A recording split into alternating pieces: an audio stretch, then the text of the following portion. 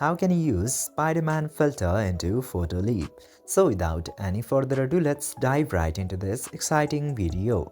Now, in order to do that, you just simply have to open your Photoleap application.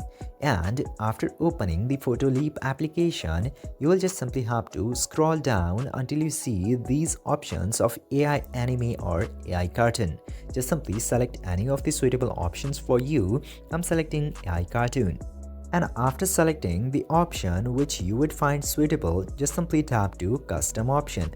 And after selecting custom, just simply search or type Spider-Man in here and tap to next button, and it will generate your picture as Spider-Man.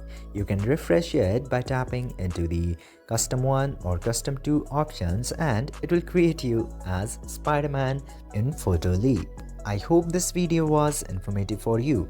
If yes, don't forget to like, share and subscribe to the channel to never miss another update. Thank you for watching this video.